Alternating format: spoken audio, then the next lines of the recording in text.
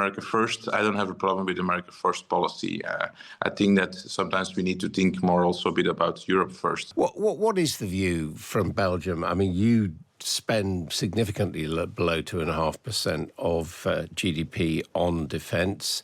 Is there an acceptance that that's got to go up dramatically and fast? Yes, so we have a new government since 2 weeks or 3 weeks, finally, after 8 months of negotiations. Belgium always has long negotiations. That's our tradition because it's a pretty complex country with the French-speaking and the Dutch-speaking in our country. So we after 8 months of negotiations, we have a governmental agreement. And in that agreement, there's a step up to 2% to 2029. So that's still slow, but finally we have an agreement to reach the 2%. For Belgium, that's quite a thing. Of course, we understand that there's a maximum international pressure and NATO pressure to step up the pace and to get the 2% base sooner. So we're discussing this point for the moment within the government.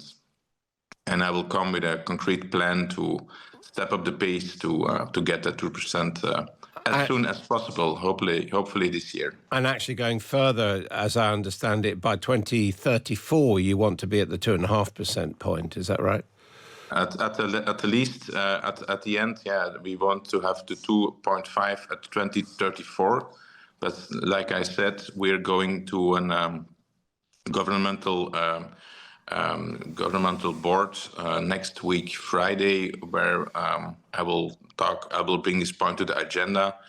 And I think that it is necessary to step up the pace. I think having the 2% in this geopolitical, very difficult context within 5 years, it is way too slow. Within 4 years, I think we need to do more, and we need to go way faster because Belgium is one of the founding fathers of NATO, one of the founding fathers of EU, and we always have shown solidarity on a lot of the domains. So we need to show solidarity on the geopolitical and the military domain, and we were really slacking. So now we need to do more. It's a center-right government. I think that we get the message. I hope so. I will defend my portfolio as the Minister of Defense, of course. And the big question for all governments, where are you going to get the money from?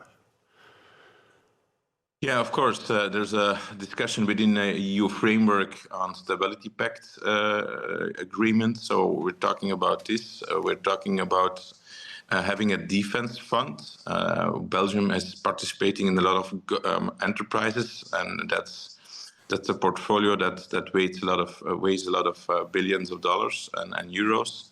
So we have dividends every year. We have dividends from these participations, so we can also sell some participations. Or we're talking about this, but some of those enterprises are also on the stock market.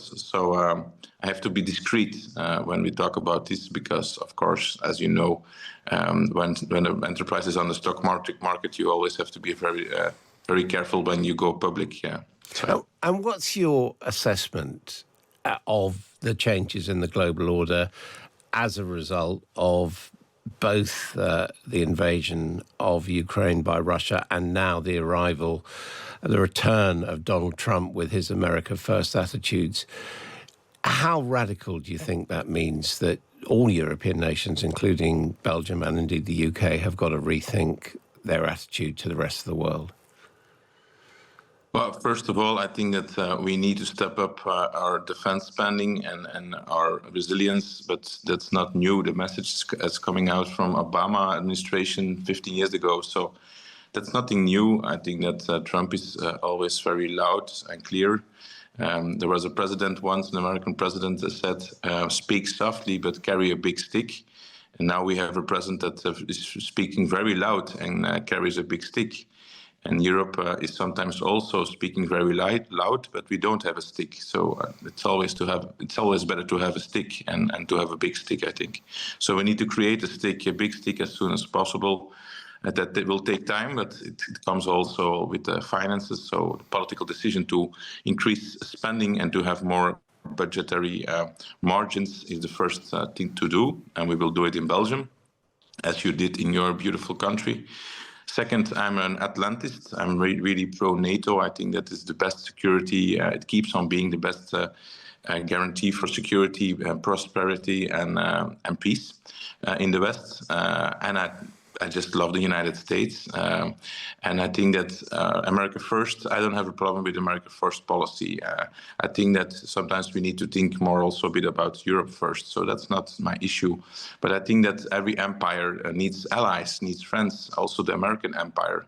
And they're really offending pretty much everybody. Trump has clearly made inaccurate and frankly quite outrageous claims about Zelensky and Ukraine's role in starting the war. And they are drawing a line in the sand about the British position on Ukraine's role at the table and the nature of the future agreement. But at the same time, they are reaching out to say, look, we understand and we share your objective of reaching an agreement, a ceasefire. We think that you can do this. We want to help you do it.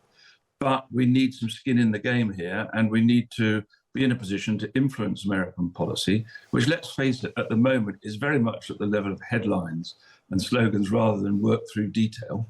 So I think Keir Starmer needs to use this visit to Washington, if he can, to get into some of the detail and talk through the nature of what a ceasefire would be. And in that process, get Britain and other Europeans and Ukraine into the negotiating room.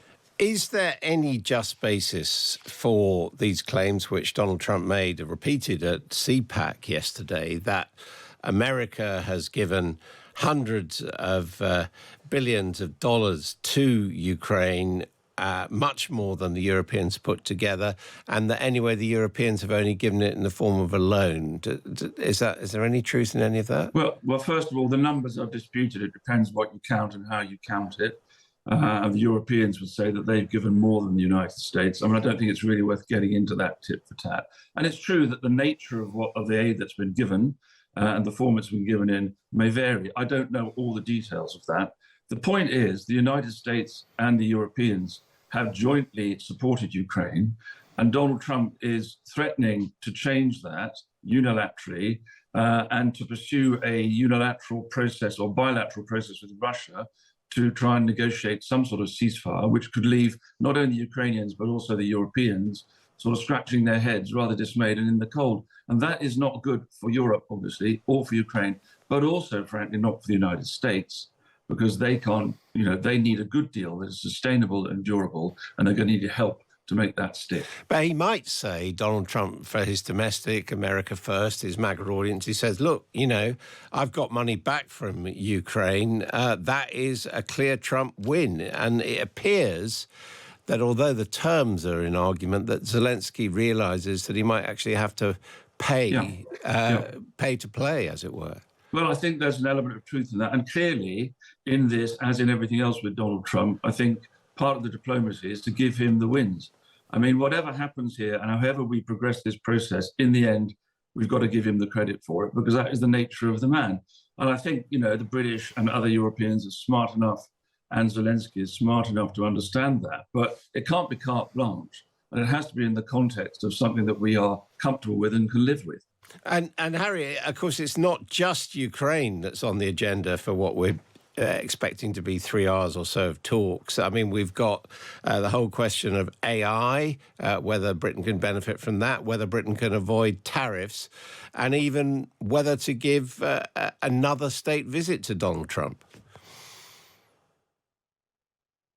That are in